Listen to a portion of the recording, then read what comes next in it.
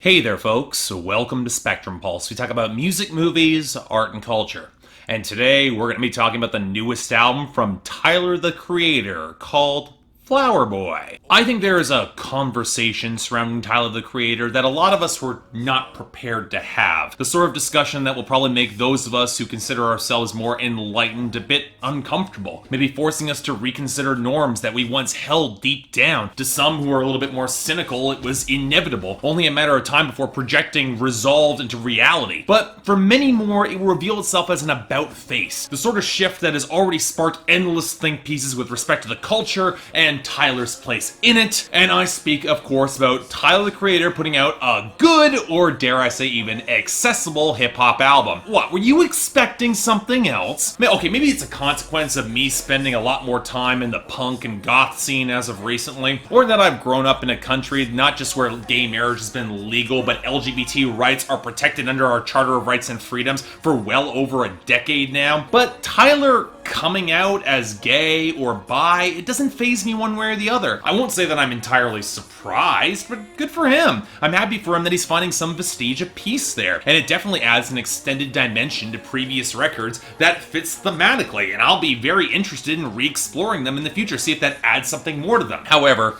I can't say that the think peace happy music press have been quite as accommodating here, and I'll be blunt. They range from painfully misguided at best to outright offensive and authoritarian to a fluid queer culture to which a person like Tyler has clearly found some difficulty embracing, especially coming out of hip-hop, both as an artist and as a person. If you wonder why it might have taken so long for Tyler, the Creator, to come out like this sort of barely literate masturbation and think pieces and backlash might have been the reason why. From the condescending of "this is how he must now behave" screeds to the accusations of trolling that reflect a complete lack of understanding of this man's art. And again, as you probably all remember from when I covered Cherry Bomb, I'm no big fan of Tyler, the Creator at all. But I think it says a lot about some music journalist brand of tolerance when a person like Tyler, the Creator, comes out despite a complicated legacy and a persona that doesn't quite fit in with what their rigid definitions of what queer means, and then they react to it in this way. But you know what, I think I'm getting ahead of myself here, because ultimately Tyler's got a new record out, which looks to be one of his most streamlined to date, and it's already getting the sort of rave reviews and critical reception from several outlets that have kind of eluded him from years now, so you can bet that I really want to explore this. So okay, what did we find on Flower Boy? I'm sorry, Scumfuck Flower Boy. Well, here's the thing. There have been so many people trying to force a narrative surrounding this album that I think the majority of them might have missed the full picture of what actually shows up on Tyler, the Creator's newest album. Because for both those who are pro or anti-Tyler, framing Flower Boy as his coming out record really isn't entirely accurate and representative of the whole picture. Because that, if anything, is just one more matter-of-fact conclusion that fits through his mind in a larger, more complicated picture. One coaxed out of boredom and loneliness that comes from thinking too hard and too long by yourself. Or to put it another way, if Cherry Bomb was Tyler, the Creator, taking his artistic genius and then fleeing to isolation, Flower Boy is a sort of lonely, meandering album that comes from it. The sort of record that turns inward simply for spending so much time on its own. Which leads to one of Tyler's most diverse and frankly interesting records to date, and honestly in my opinion, one of his mature and one of his best. And nowhere is that more apparent than Tyler, the Creator himself. And if you're going in expecting the hard-edge, abrasive bangers that made him famous on Bastard and Goblin, yeah, the most you're gonna get are Who Dat Boy and I Ain't Got Time.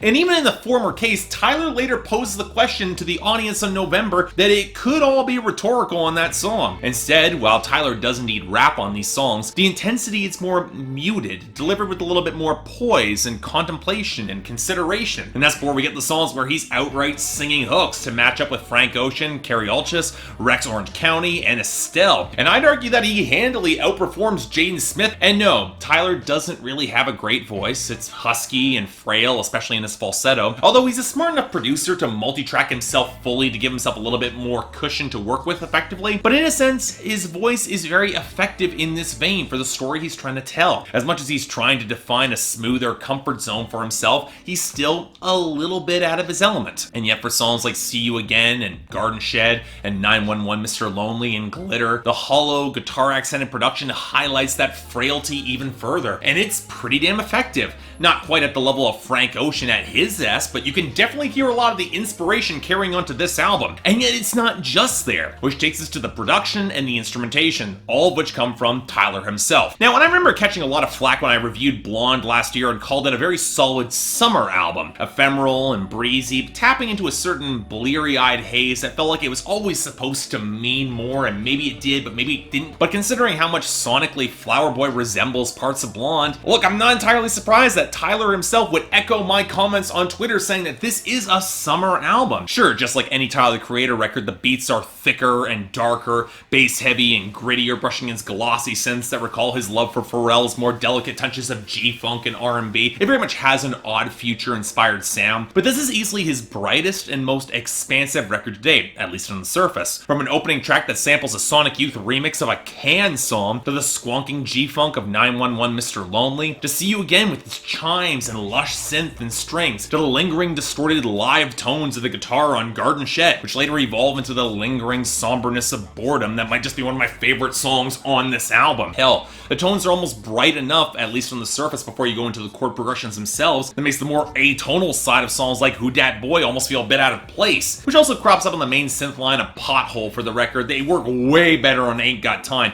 especially with a lot of the bouncier percussion and bass on that song. Now, granted, this also means that despite being Tyler's shortest record to date, it can still feel like it drags and meanders at points. A little bit listless, not quite having the same momentum as other projects, only accentuated by his choice to end things off with an instrumental that is certainly beautiful, but it can feel a little bit disconnected from the songs that came directly before it. But you know what? That might actually be part of the point, and to explain that, we need to get into the content. And again, I hate that I have to restate this, but while Tyler, he can be a funny guy and he can troll people on purpose before, that side, it doesn't really surface on this album. This is him at his most understated, his most questioning, and his most sardonically honest and most self-aware, peeling through layers where he is right now with the frankness that can redeem a few rhymes and bars that can feel a little bit forced, or guest appearances from A$AP Rocky and Lil Wayne that aren't bad at all, but they really don't build up too much beyond just being there. In fact, I'd argue that they're a little bit more of distraction to the central themes. They don't quite click the same way, most of which show Tyler just musing on his current place and relevance and emphatically proving that money and expensive cars don't buy any sort of happiness for him. Oh, sure, he'll mention them, certainly, but it isn't long before he feels that both he and his audience are tired of those references, and thus the topics turn more inwards. And it's at this point, while most people will fixate on the revelations about Tyler the Creator being bi or leaning towards gay, that's not really the main undercurrent that I got out of this album. It's more of just a feature. It's just more loneliness at the core. And this isn't an unfamiliar topic for Odd Future's members. Both Earl Sweatshirt and Frank Ocean have explored this topic in detail. But there's a naturalistic, meandering style to Tyler's thought pattern that got to me a lot more deeply than I expected, especially a song like Boredom, describing the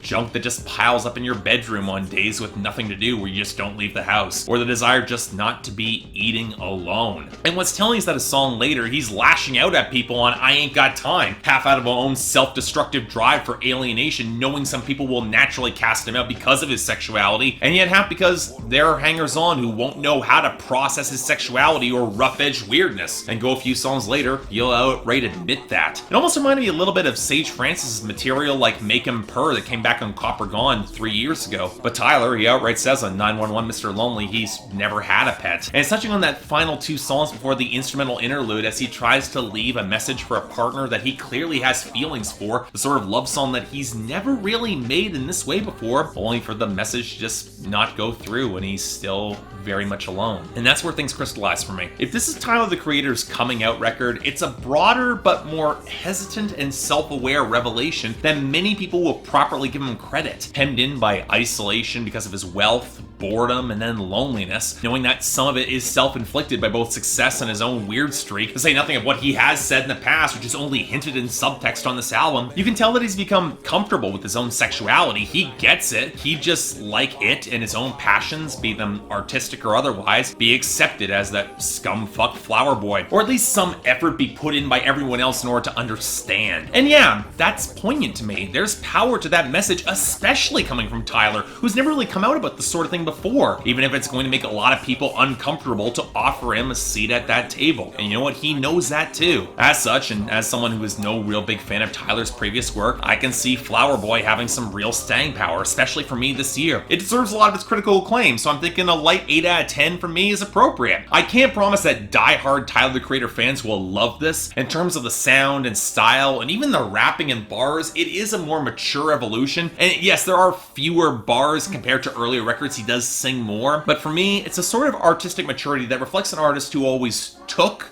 and now he's asking. And you know what? I think that's worth a response in time.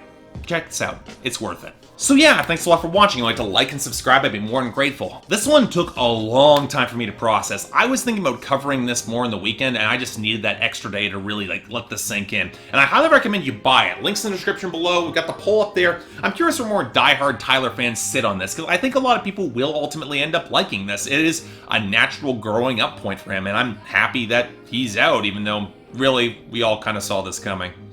Beyond that, if you guys have anything to say about my presentation, I'm all ears. If you guys want to get more involved in my schedule, link to my Patreon is right there, where 3 times a week you guys get to vote on my schedule, and once a week you guys get to add records or even movies to my schedule. And for the higher tiers, more details right there. But till then, I'm Mark, you're watching Spectrum Pulse, and I'll see you next time.